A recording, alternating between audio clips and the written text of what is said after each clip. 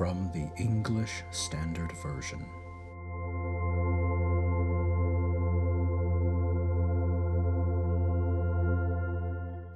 Now, in the 12th month, which is the month of Adar, on the 13th day of the same, when the king's command and edict were about to be carried out, on the very day when the enemies of the Jews hoped to gain the mastery over them, the reverse occurred. The Jews gained mastery over those who hated them. The Jews gathered in their cities throughout all the provinces of King Ahasuerus to lay hands on those who sought their harm, and no one could stand against them, for the fear of them had fallen on all peoples. All the officials of the provinces, and the satraps, and the governors, and the royal agents also helped the Jews, for the fear of Mordecai had fallen on them.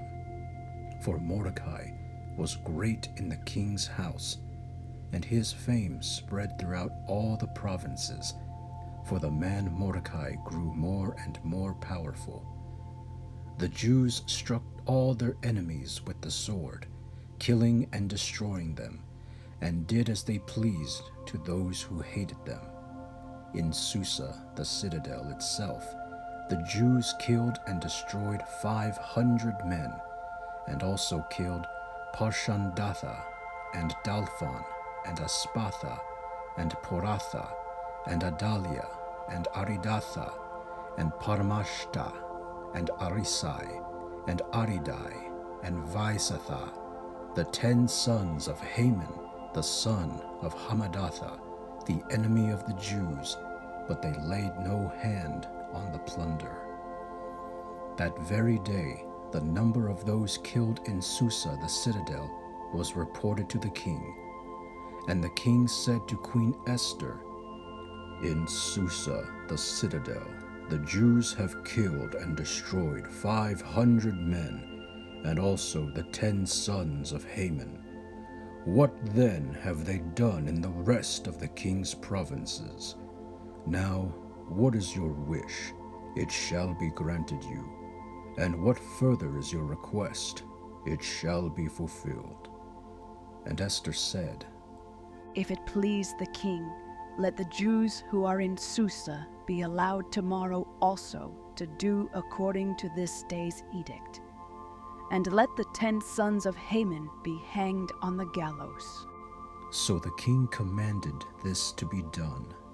A decree was issued in Susa, and the 10 sons of Haman were hanged. The Jews who were in Susa gathered also on the 14th day of the month of Adar, and they killed 300 men in Susa, but they laid no hands on the plunder. Now the rest of the Jews who were in the king's provinces also gathered to defend their lives, and got relief from their enemies, and killed 75,000 of those who hated them, but they laid no hands on the plunder. This was on the 13th day of the month of Adar, and on the 14th day they rested, and made that a day of feasting and gladness. But the Jews who were in Susa gathered on the 13th day and on the 14th, and rested on the 15th day, making that a day of feasting and gladness. Therefore, the Jews of the villages who live in the rural towns hold the 14th day of the month of Adar as a day for gladness and feasting, as a holiday, and as a day on which they send gifts of food to one another. And Mordecai recorded these things and sent letters to all the Jews who were in all the provinces of King Ahasuerus, both near and far, obliging them to keep the 14th day of the month Adar, and also the 15th day of the same, year by year, as the days on which the Jews got relief from their enemies, and as the month that had been turned for them from sorrow into gladness, and from mourning into a holiday, that they should make them days of feasting and gladness, days for sending gifts of food to one another and gifts to the poor. So the Jews accepted what they had started to do and what Mordecai had written to them. For Haman the Agagite, the son of Hammedatha, the enemy of all the Jews, had plotted against the Jews to destroy them, and had cast pur, that is, cast lots, to crush and to destroy them. But when it came before the king, he gave orders in writing that his evil plan that he had devised against the Jews should return on his own head, and that he and his sons should be hanged on the gallows.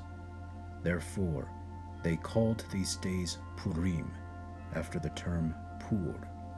Therefore, because of all that was written in this letter, and of what they had faced in this matter, and of what had happened to them, the Jews firmly obligated themselves and their offspring, and all who joined them, that without fail they would keep these 2 days according to what was written, and at the time appointed every year, that these days should be remembered and kept throughout every generation, in every clan, province, and city, and that these days of Purim should never fall into disuse among the Jews, nor should the commemoration of these days cease among their descendants.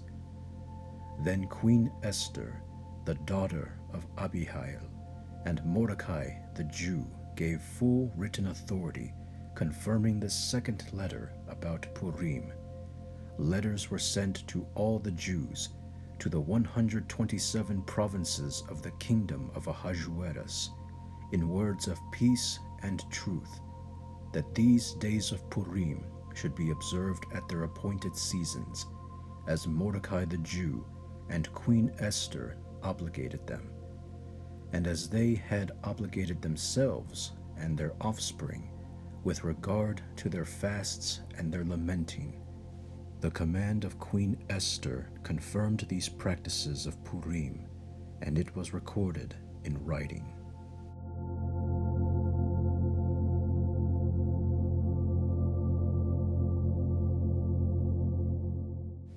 King Ahasuerus imposed tax on the land and on the coastlands of the sea, and all the acts of his power and might, and the full account of the high honor of Mordecai to which the king advanced him, are they not written in the book of the Chronicles of the kings of Media and Persia?